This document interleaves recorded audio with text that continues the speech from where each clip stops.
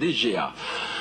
Bonsoir. Alors, bonsoir, où en sommes-nous avec l'alphabétisation ces 10 dernières années en Côte d'Ivoire?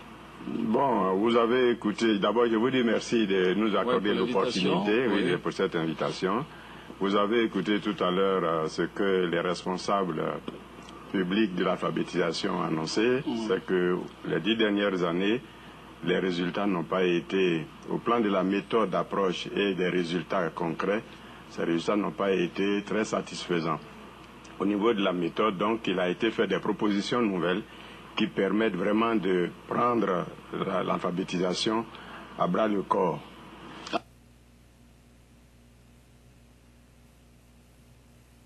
Alors, au niveau des résultats, il a été formé il y a environ 670 000 apprenants pendant ces 10 dernières années.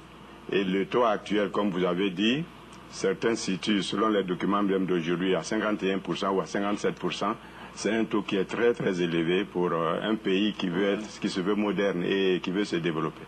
Alors parlez-nous concrètement de ces nouvelles mesures, ces nouvelles dispositions qui ont été prises. En tout cas, aujourd'hui, 4 interventions, vous avez regardé, ont marqué la journée. L'intervention de l'UNESCO, l'intervention de la ministre, du responsable de l'alphabétisation en Côte d'Ivoire, Madame Ouattara, et d'une conférence faite par le président du Conseil économique. En la personne, il a été remplacé par monsieur le professeur Oupo. OACPO plutôt, autant pour moi. Et cette conférence disait qu'il fallait mettre maintenant désormais l'alphabétisation à l'intérieur du programme du système éducatif ivoirien. Et ça c'était important parce qu'on approche maintenant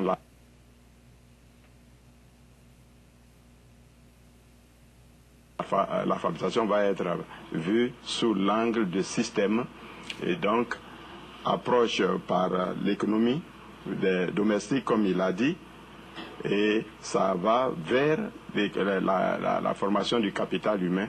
Donc on ouvre les perspectives. C'est vraiment une révolution si jamais, comme la ministre nous l'a annoncé, si jamais on adopte cette voie, je pense que ce sera une révolution abécédaire en Côte d'Ivoire. Alors dans cette crise que la Côte d'Ivoire a connue, peut-on dire que l'analphabétisme aussi a joué un rôle là-dedans? Ah si, vous savez que la formation du capital humain est un préalable à l'industrialisation et au développement. Or, l'alphabétisation, c'est la porte d'entrée dans la formation du capital humain. Donc, si vous prenez un pays qui est comme la Côte d'Ivoire, dans le meilleur des cas, le pays peut avoir un taux de croissance, même élevé, mais jamais n'atteindra le développement. Donc l'alphabétisation est une priorité, comme l'a fait remarquer ce matin les experts qui ont pris la parole. Et à ce niveau, l'exposé du professeur OACPO a été vraiment édifiant. D'accord. Il faut savoir que le taux d'alphabétisation est très élevé dans certains secteurs d'activité en Côte d'Ivoire et surtout dans le domaine des transports et celui des vivriers. Pour en savoir un peu plus, suivons ce reportage de Serge Poléa.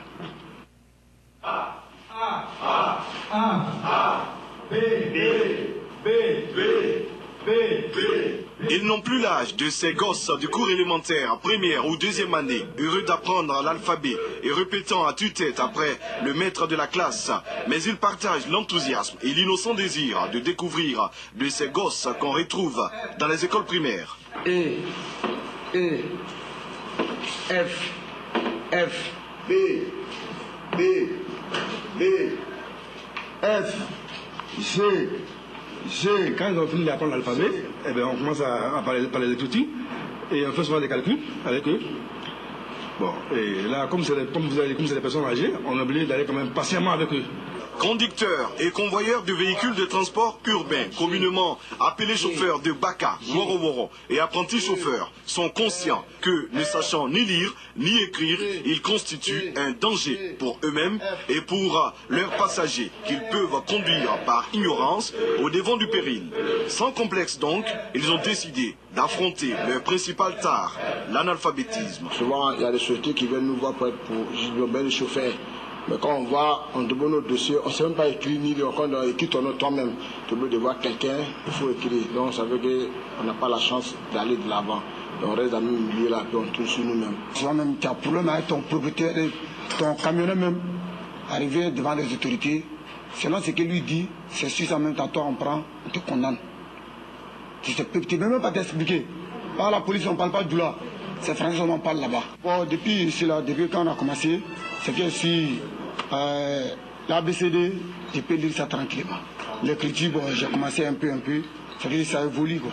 Ces transporteurs ont 3 mois pour apprendre à lire et à écrire au centre d'alphabétisation de la coordination nationale des gares routières de Côte d'Ivoire, situé à Adjamé. Souvent, nos conducteurs ne savent même pas lire sur l'attestation d'assurance. Ils ne savent même pas que leur assurance est périmée, ils ne savent souvent pas que la vie technique est périmée.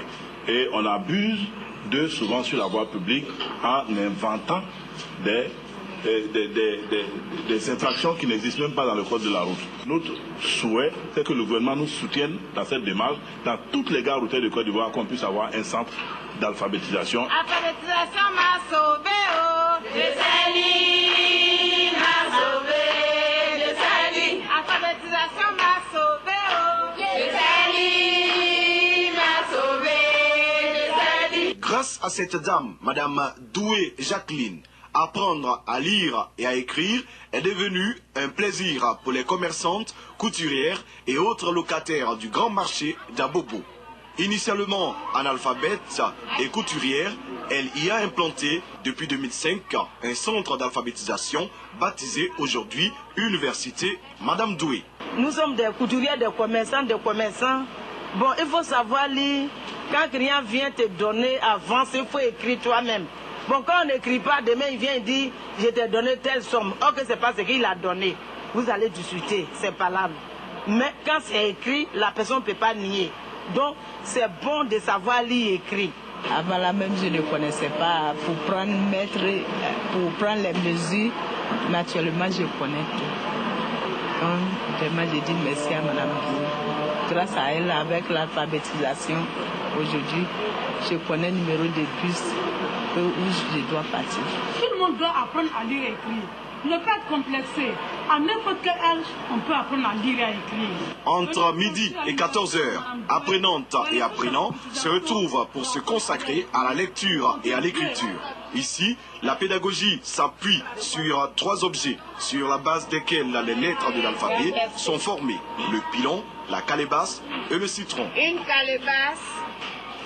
Pour écrire la lettre C, on prend un petit pilon penché à droite, une calebasse penchée, posée à droite. Je demande à nos patrons de nous aider, d'aider Madame Doué, le centre université Madame Doué, pour que tout le monde puisse venir à l'école. S'ils font cela, Dieu va les bénir.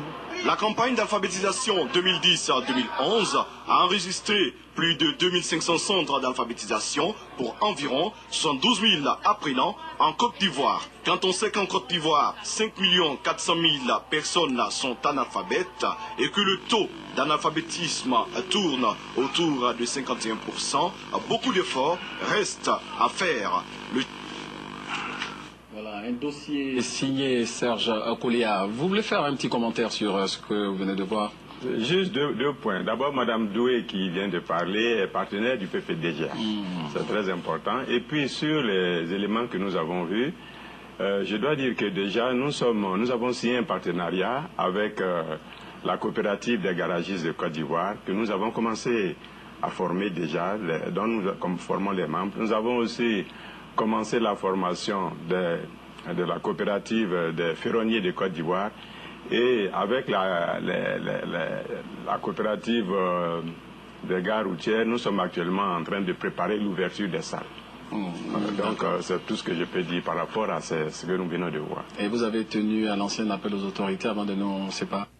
Et je pense que actuellement ce que nous venons de faire cette journée montre que de nouvelles pistes vont s'ouvrir, qu'il y aura une innovation en matière d'approche de l'alphabétisation en Côte d'Ivoire. Et comme a invité le Conseil économique, nous devons tous nous retrouver sous la conduite du ministère pour que tout le monde réfléchisse, parce qu'il faut qu'il y ait un consensus national autour de la question de l'alphabétisation pour que nous voyons les choses évoluer mieux, parce que le taux actuel est vraiment élevé et la Côte d'Ivoire doit être en tête de la modernisation et du développement en Afrique de l'Ouest, et en particulier chez nous ici, nous devons nous concentrer sur cette question-là. Merci d'avoir accepté notre invitation. C'est moi qui vous remercie. Poursuivons ce journal par une interrogation. Comment lutter efficacement contre la fraude aux examens et concours d'entrée à la fonction publique? Une proposition a été faite à l'État de Côte d'Ivoire. C'était au cours d'une conférence de presse suivie par Serge Coléa. Une solution informatique envisagée pour combattre la fraude aux différents concours d'entrée à la fonction publique.